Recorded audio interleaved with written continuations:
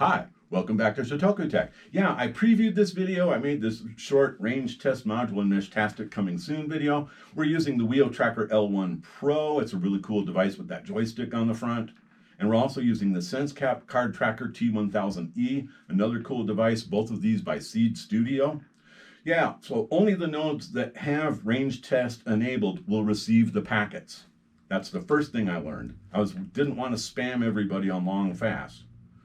And let's see, yeah, they talk about integration with several different map software, Google Earth, Google Maps, any program capable of importing a CSV file. Oh yeah, we have to enable position precision in your primary channel. This is long fast. Yeah, you see precise location is switched off. So my dot could appear anywhere in a 1.8 mile radius. Yeah, we'll send precise location back on the long fast channel. It doesn't require a reboot, I was surprised. Your first setting in the range test module is enabled. There's only 3 settings. Both the sender and the receiver must have the module enabled to get the signals. Then we're going to set the interval between sending packets. Long fast, they recommend every 30 seconds. Saving the CSV file, you can do that on an ESP32 device, but since I'm using NRF 52480s, I'm going to use the Android app to record the data, and we'll download it off of the phone. Okay, let's see. This says the range test CSV gets erased on reboot. They have instructions for Google Earth, My Maps, and OpenStreetMap. Yeah, UMap. We're here at Palo Verde Park. It's like a 100-degree day in March. It's been ridiculously hot so far. We didn't have a spring or a winter. Okay, so here's our nodes. I'm enabling range test on both of them. And I'm setting the interval to 30 seconds on one. It was blank. And then we go ahead and save those. That causes a reboot. And we're going to wait for our client software to connect back up. Okay, coming on back. I already checked and they knew where they were and everything. So let's see, go back into the long fast channel on both of them and you see we got a packet, sequence 1 packet on each of the devices.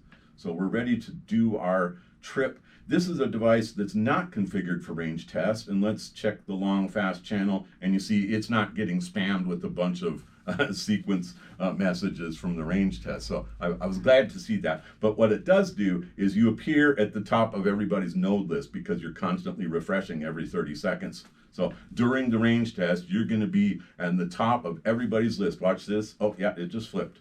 Okay, so we just finished our exercise. We got 15 or 16 packets. We're switching off range test. We're sending that. That causes that reboot again.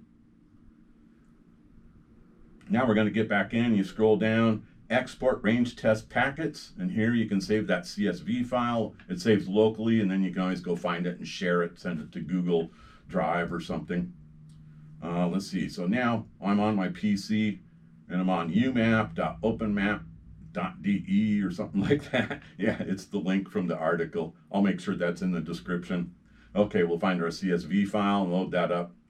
Yeah, I was kind of surprised though. We didn't get, even though I had like 15, 16 data points in the data, I only got 4 pins on the map. And then I realized, oh, smart positioning. So we're going to try that in another future video. I'm going to tweak the positioning a little bit in the settings. Okay, I'm going to choose the data file from the other node here.